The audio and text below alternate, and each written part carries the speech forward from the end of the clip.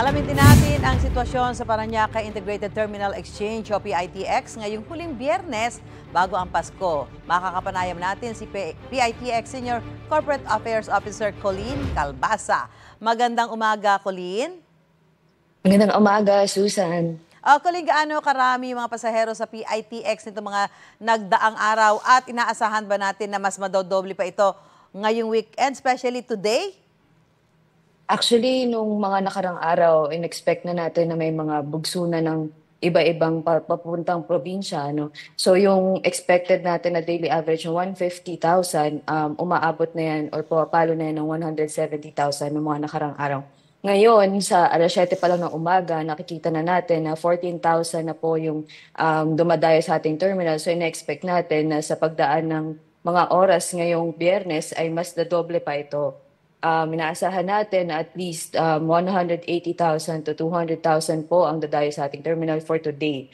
And then ine-expect din natin na magko-continue tong surge na to simula today hanggang Monday dahil in-expect natin may marami pa rin tayong mga walk-in na pasahero na pupunta sa kanilang probinsya. Oo, at speaking of dahil pagdagsa no, ng pasahero, Colleen, sapat naman ba yung biyahe ng mga bus sa mga probinsya? Wala naman tayong mga madidelay na biyahe?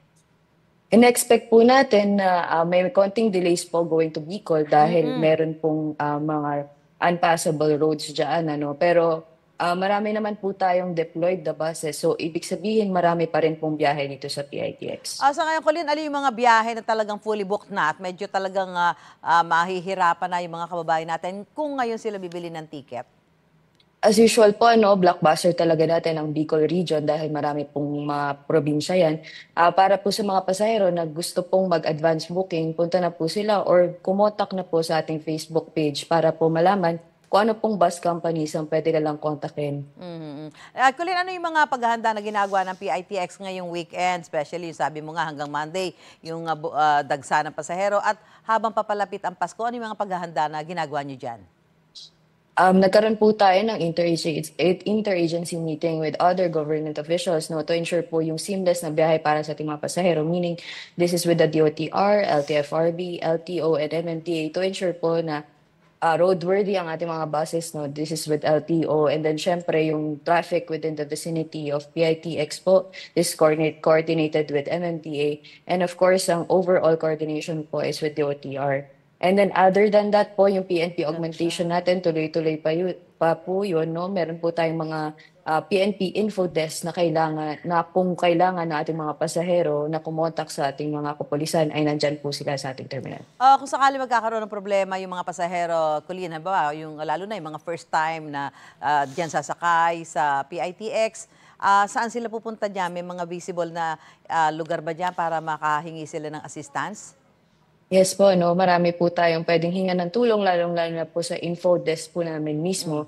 Pwede po nating lapitan ng ating mga customer service representatives. Ano paalala natin sa mga pasahero na pupunta dyan sa PITX, Colleen?